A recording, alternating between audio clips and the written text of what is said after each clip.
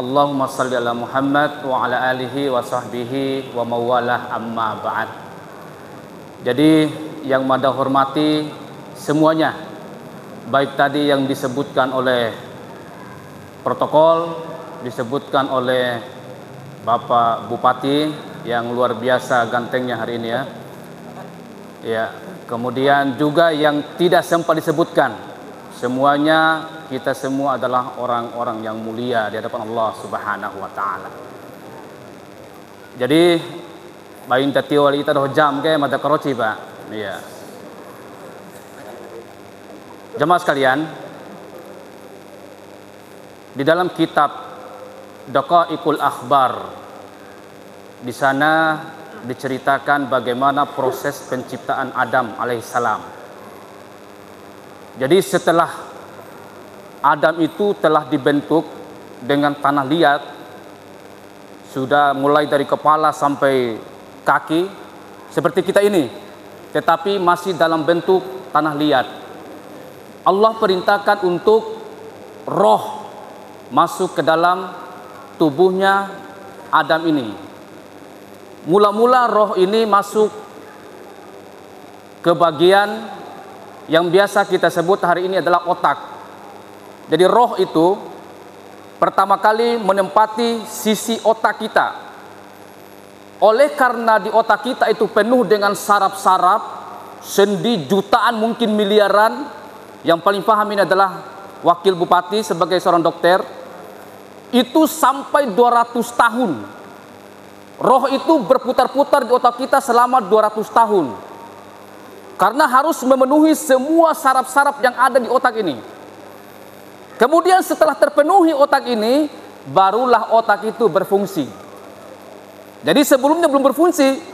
Setelah dimasuki roh, barulah berfungsi roh itu. Berfungsi otak itu. Setelah otak itu berfungsi, jamaah sekalian, berhijrah roh ini kemana? Ke mata. Masuk ke mata, berfungsi mata, lalu mata melihat sekujur tubuhnya. Ternyata di situ Adam menyadari dia masih dalam bentuk tanah liat. Tidak seperti ini gantengnya. Coba bayangkan Bapak Ibu bagaimana bentuk tanah liat pada tubuh kita. Seperti itulah yang disaksikan oleh Adam saat itu. Setelah mata ini sudah bisa melihat dan berfungsi, roh hijrah kemana? Hijrah ke telinga. Setelah terpenuhi dan berfungsi telinga ini, telinga mendengarkan suara tasbih para malaikat yang ada di sekitarnya, mengucapkan subhanallah, subhanallah, subhanallah. Itu saja yang dikerjakan oleh para malaikat di sekitarnya ini. Lalu kemana? Turun lagi ke hidung. Sampai di hidung terjadi bersin-bersin, waceng, waceng, waceng, sampai terpenuhi dan bersin itu berhenti. Lalu setelah berhenti bersin ini menunjukkan bahwa hidung ini adalah sudah terpenuhi oleh roh, turun ke lidah dan mulut. Ya. Oleh karena mulut ini sudah berfungsi, Allah mengajarkan kepada Adam dengan mengucapkan alhamdulillah. Degu pala syariat naga. Ketika kita bersin, ucapkan alhamdulillah. Lalu Allah Subhanahu wa taala menjawab, yarhamuka rabbuka. Tuhanmu selalu merahmatimu. Di bagian kepala sudah terpenuhi, turun ke wajah, turun ke dada. Turun ke dada, terpenuhi dada. Apa yang terjadi jamaah sekalian? Nabi Adam mencoba untuk berjalan. Mencoba untuk berjalan. Dia coba bangun, coba bangkit, tidak bisa. Karena memang belum dimasuki oleh roh. Lalu Allah katakan, nah di sini sumbernya. Allah katakan, wa kanal insanu ajula.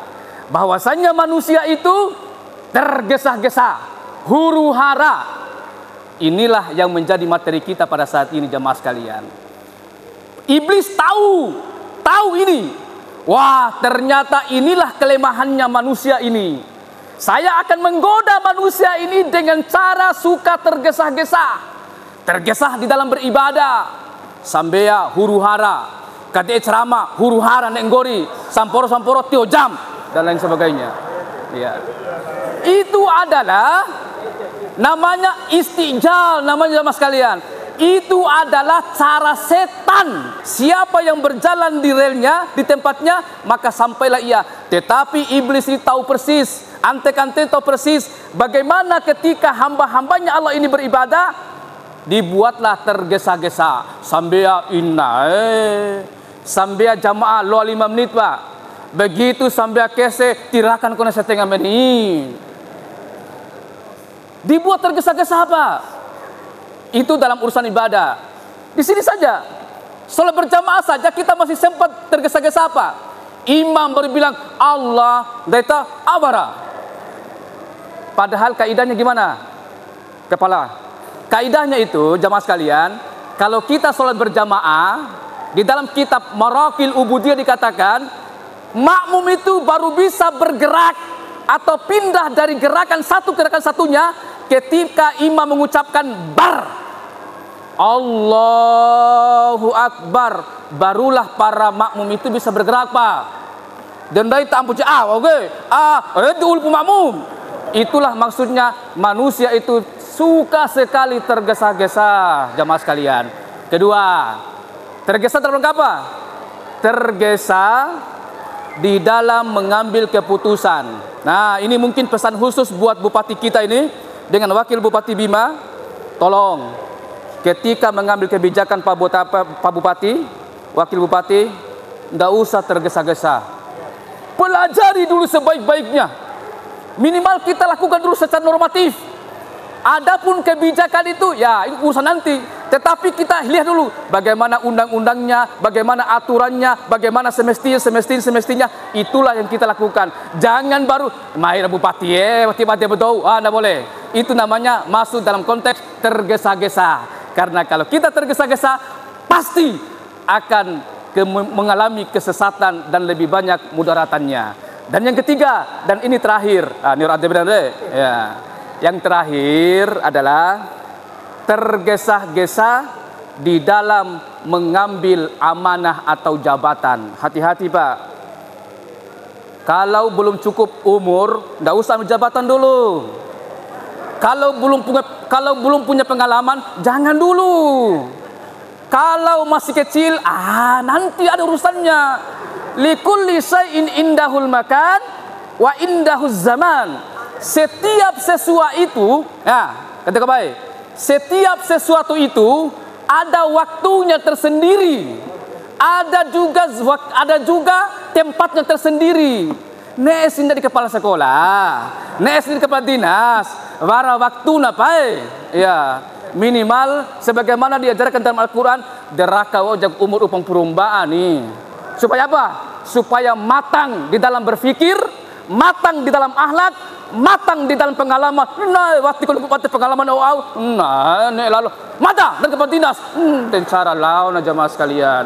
Oleh karena itu, ini adalah peringatan bagi kita semua. Jangan terburu-buru, apalagi hanya untuk mengambil amanah atau jabatan, karena pasti nanti akan membuat dirimu hancur dan juga menghancurkan orang lain. Subhanakallahumma wa bihamdik, asyhadu an la ilaha illa anta, astaghfiruka wa atubu ilaik. Akhiru da'wana summa wassalamualaikum warahmatullahi wabarakatuh.